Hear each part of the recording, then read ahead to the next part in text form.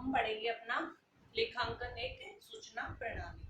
कई बार क्वेश्चन आता है कि लेखांकन एक सूचना प्रणाली स्पष्ट कीजिए, या लेखांकन को हम एक सूचना प्रणाली के रूप में कैसे देखते हैं। ठीक है, एक सूचना का स्रोत लेखांकन किस तरह से है।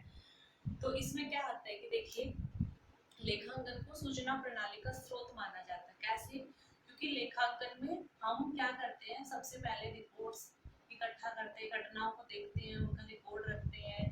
ठीक है, उनसे फिर लेजर जर्नल बना के लाभ हानि खाता बनाते हैं और उसको लोगों तक उसके बारे में पहुंचाते हैं। ठीक है, लोगों तक अपने बातों को, अपने रिजल्ट्स को पहुंचाया जाता है।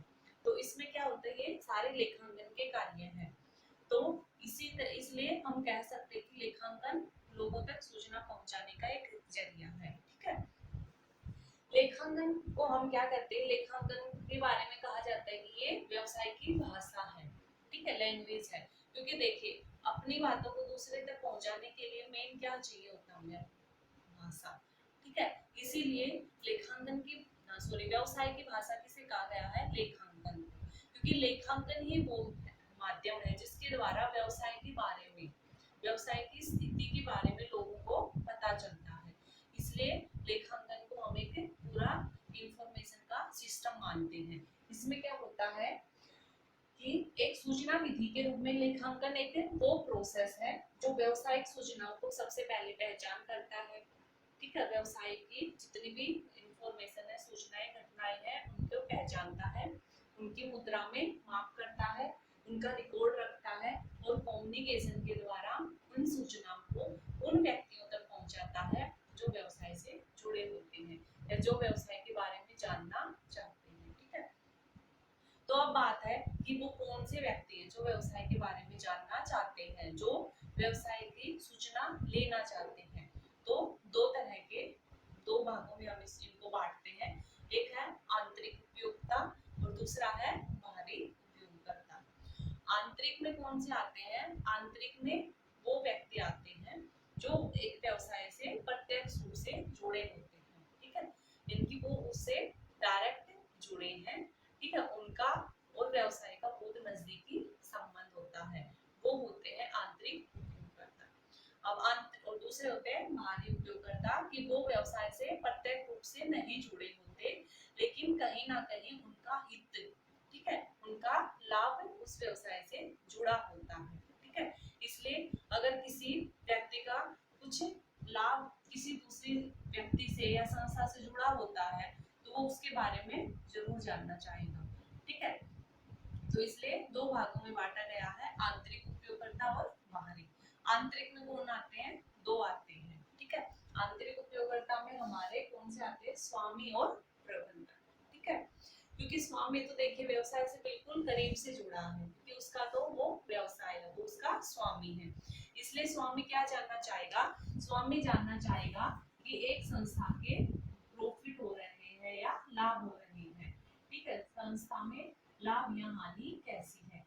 इसलिए स्वामी के लिए क्या जरूरी हो गया, प्रॉफिट एंड लॉस। तो ये लाभ हानि जानने में उसकी मदद कौन करेगा, हमारा प्रॉफिट एंड लॉस अकाउंट। ठीक है, जो हम पढ़ के आए थे लेखांकन के चक्कर में। दूसरा स्वामी क्या जानना चाहेगा कि व्यवसाय की स्थिति कैसी है। तो व्यवसाय की स्थिति के बारे में हमें पता चलता है बैलेंस शीट से। ठीक है, बैलेंस शीट वो है जो एक व्यवसाय के बैलेंस को बताती है कि व्यवसाय के पास कितनी संपत्तियां हैं और उसके क्या क्या दायित्व हैं। तो एक स्वामी जो भी जानना चाहता है उसको ये सारी जो ये बातें जानना चाहता है वो कहाँ से जानने को मिलेंगी, लेखांकन से। क्योंकि जो वो प्रॉफिट एंड लॉस और बैलेंस शीट से उसकी जो इच्छा पूरी हो रही है वो किसका हिस्सा है, लेखांकन का। इसलिए लेखांकन इसकी आवश्यकताओं को पूरा करता है। नेक्स्ट है प्रबंधक।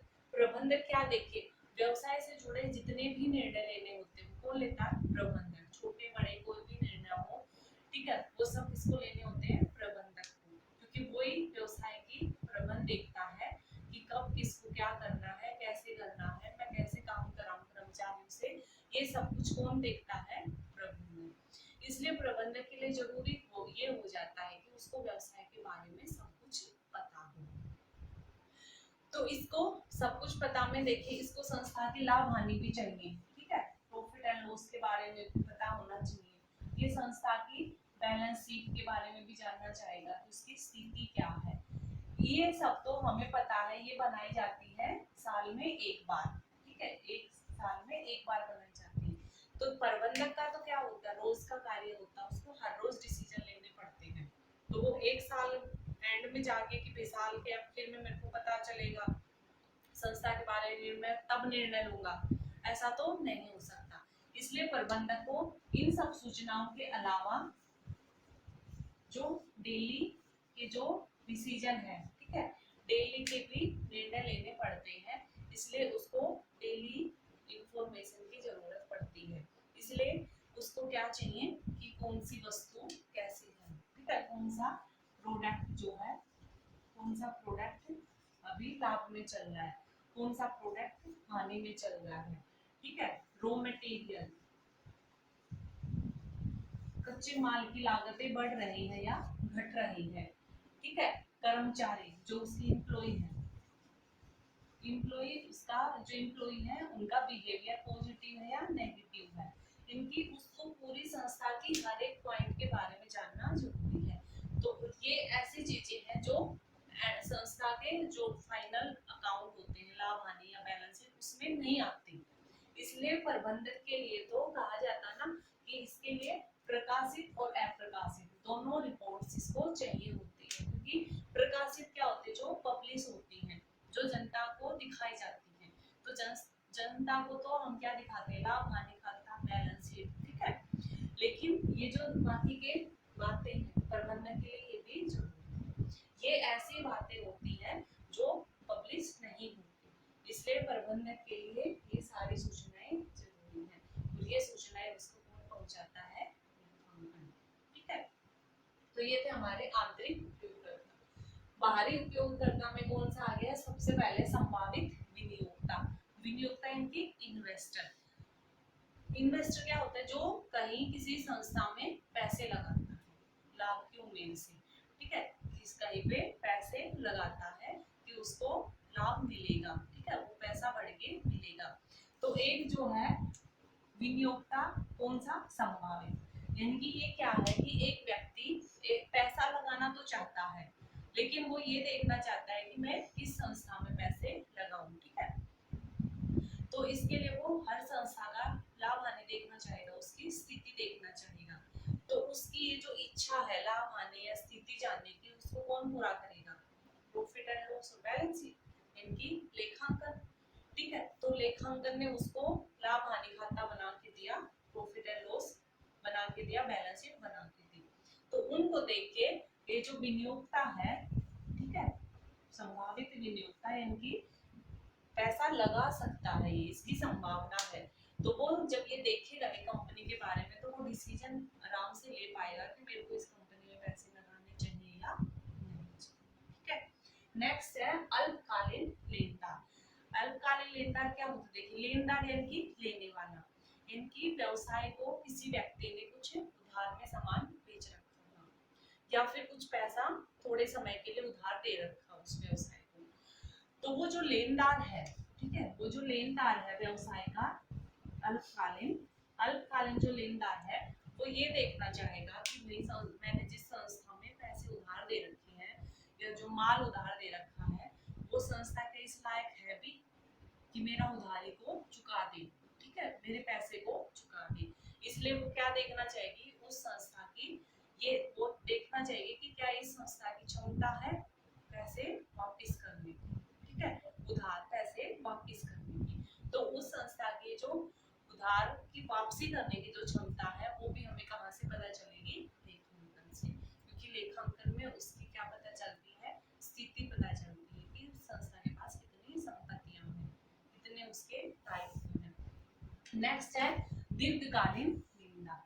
दीर्घकालीन लेनदार कौन से, लंबे टाइम लेनदार, तो वही लेने वाले, ये कौन से होते हैं, लंबे, यानी कि इन्होंने लंबे टाइम के लिए संस्था को पैसा दे रखा है कि आप 10-20 साल तक, होता है ना, किसी को 1 साल के लिए लोन की जरूरत पड़ती है, किसी व्यक्ति को 10-15 साल के लिए लोन की जरूरत पड़ती है। तो ये वो व्यक्ति हैं जिन्होंने संस्था को लंबी अवधि के लिए लोन दे दिया, ठीक है। तो तो ये क्या चाहेंगे, क्योंकि इनका पैसा तो वापस अभी आएगा नहीं, 15 साल के बाद आएगा, ठीक है।